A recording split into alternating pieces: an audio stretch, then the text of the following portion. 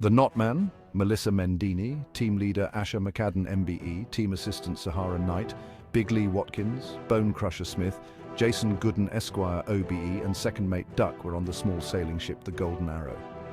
An old sailing ship, but a good one, made of oak and teak and solid.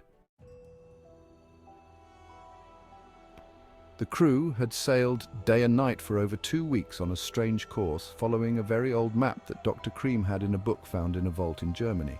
The Knotman kept a close eye on old Dr. Cream as a man of few words who only paid in cash and had totally arranged this trip.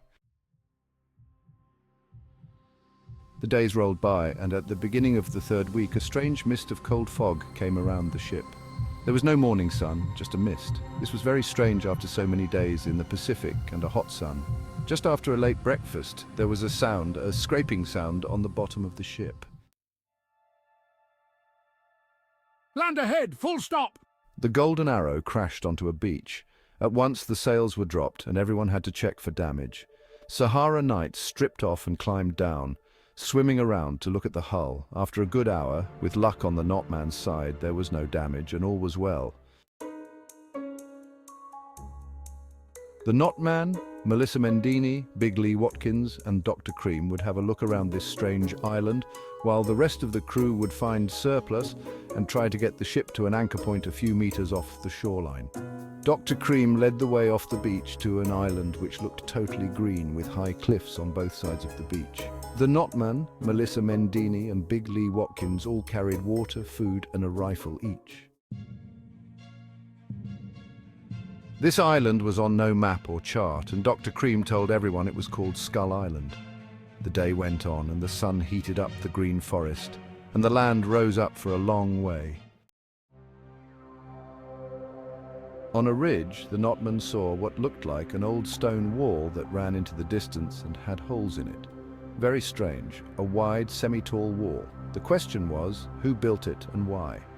Dr. Cream smiled and walked ahead with a camera in one hand and over his shoulder, a cream bag. I think we should go back. There is nothing here. At that moment, 2 things happened. Just in front of them were 6 stone huts in a circle with no sign of life. Then came a roar so loud, like a train, everyone jumped back. She screamed out and pointed. Look, just at the end of the village, in the green jungle.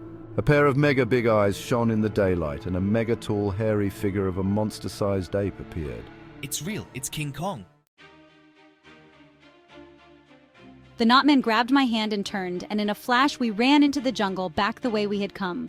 Behind us there was gunfire, then another big roar from that giant ape, King Kong. Big Lee Watkins was running like the wind, and there was no sign of Dr. Cream. The 3 of us reached the wall and looked back. The Knotman followed and reached the beach, but the Golden Arrow was not on the beach or anchored off the coast. It was gone. The 3 ran east on the beach to the rocks and steep cliffs on the edge of the sea. There was a distant but loud sound of King Kong coming down to the beach. The group pushed on close to the water's edge. And then there were carved steps leading up onto the rocks.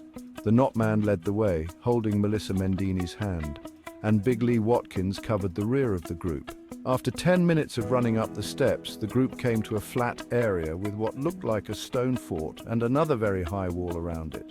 The Knotman sat down on a wooden bench and started to read the book, trying to find out what was going on and the dangers they faced. Melissa Mendini, totally worn out and in semi-shock, lay down with her head on the Knotman's legs.